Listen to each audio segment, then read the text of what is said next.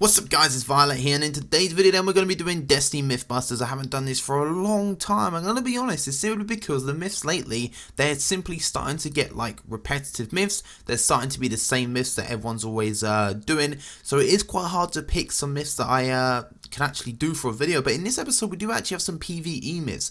Don't feel like worried to submit a PvE myth. It's not just PvP. We can do some PvE ones as well if they do turn out to be interesting or controversial. So before the video starts, 1,000 likes will be the like goal, and let's jump right into this then. So the first myth is from Yummy Cube.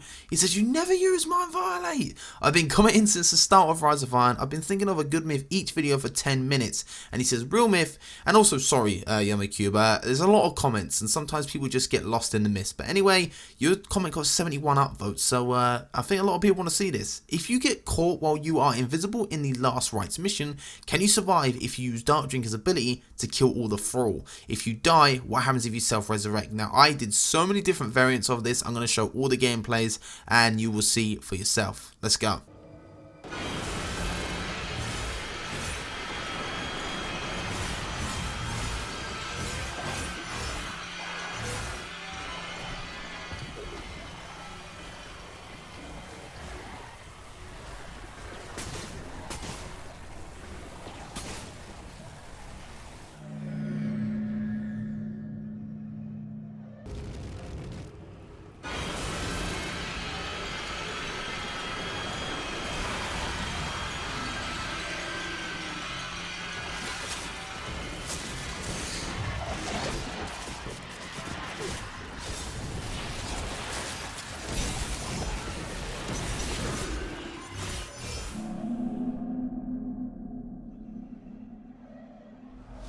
Let's hope this works. So as you can see, no matter what you do, you cannot survive this at all. I tried so many different options, blocking with the sword, self-res, and then blocking with the sword.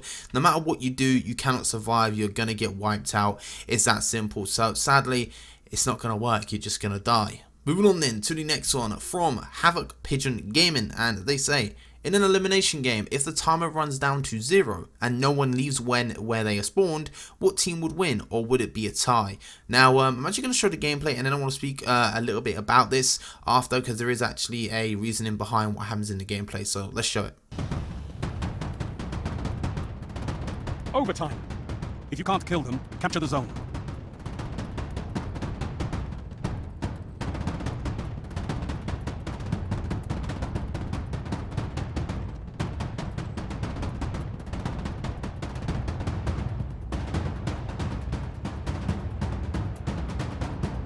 I'm giving this one to Bravo team.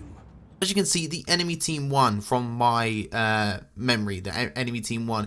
Me and my friend both stayed at our spawns. We didn't move whatsoever, but the enemy team won. And the reason why that is, and this is going to be the same for every single map, whoever spawn is closest to the object, or the objective, they are going to win. Is that simple. I mean, you could say there could be a map where it's exactly even, but I really doubt there is. And yeah, you could say I could have tested it on all maps, but to be honest, on every single map there's always going to be a spawn that's closer to the objective than the other spawn. It's that simple, really. So yeah, that's that one answered. Moving on to the next one then, which is from Midnight 18, and they say blocking with a sword will cut off a scory tether. And I was like, at scory tether? I was getting confused, but what they mean is, of course, when you're near someone that has scory on, the gold like mist locks onto you to give you the scory effect. Now they actually say blocking with a sword will cut this off, so let's show the footage and test it out.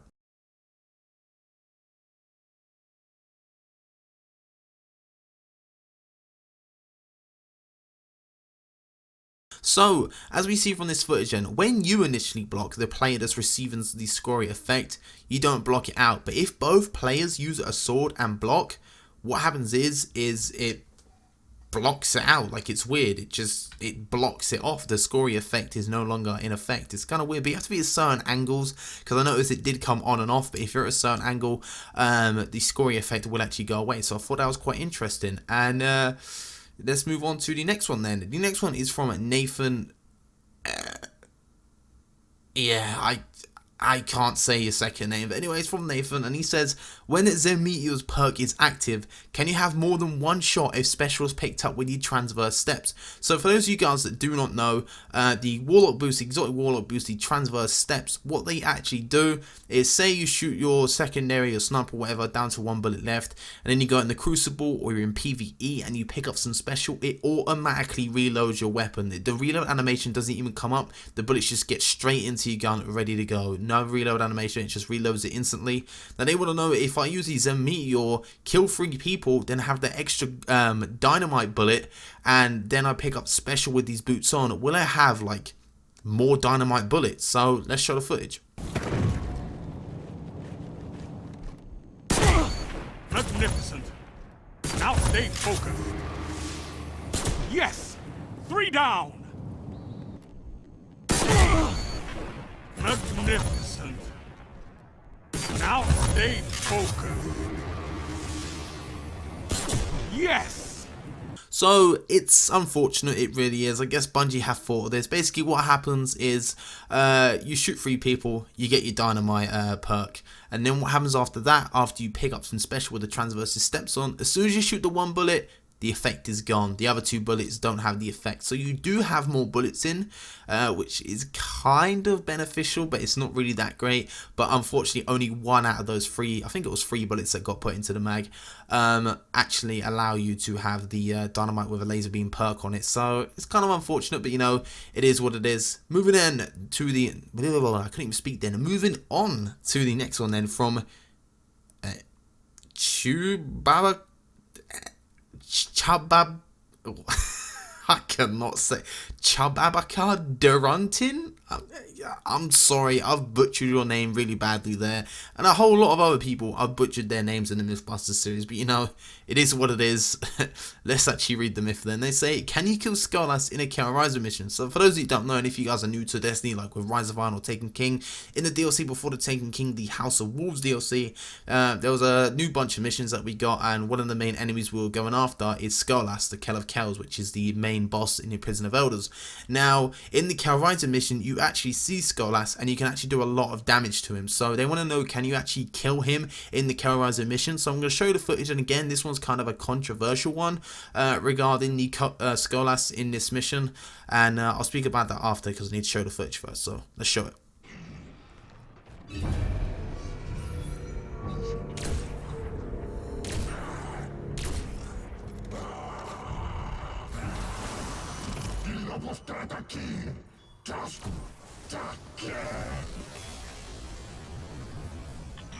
Barracks, get on the comms.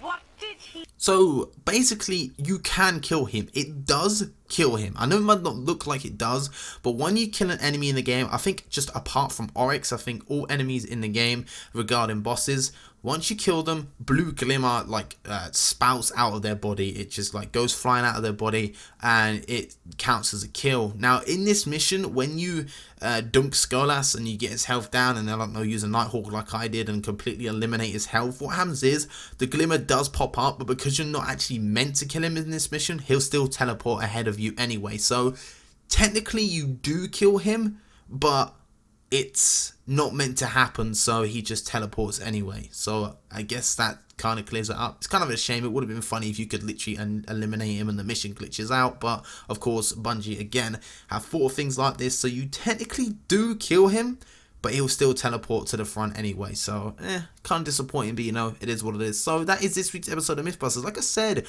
there is a bunch of I think there was like 3 or 2 PvE myths in this. I don't know what it was, but I'm not going to lie. When I actually saw these myths and started to record them, I was having a ton of fun because most of the myths are in the Crucible. And don't get me wrong, they are fun. But right now, when it comes to MythBusters, at the state it is now, most of the myths are being repeated in the comment section because I've done a crap ton of myths on Destiny MythBusters. So when I'm seeing fresh myths in regard to PvE, they're really fun to do. And maybe when Age of Triumph comes out, I could do a whole ton of PvE myths regarding what happens if you do a certain thing to Crota or Atheon, or what happens if you do this and that in the Wrath Machine, or the King's Fall Raid. I did King's Fall Raid today at the time of me doing this commentary, and it was actually a ton of fun to do. Oryx is still as annoying as ever, even us being at 400 light. You know, the thing about Oryx, I know this is like completely different to the video, but I'm just going to say it anyway. The thing about Oryx, don't get me wrong, the Oryx fight is fun and all, but if one person messes up, it's pretty much over. You can recover with 5 people, but if one person messes up, it's like, it's kind of a wipe.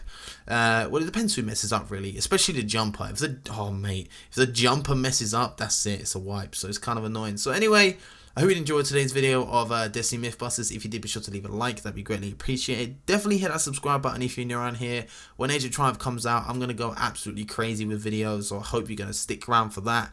And also comment down below your myths for the next episode of Destiny Mythbusters. Try and think of really unique ones, it will be greatly appreciated.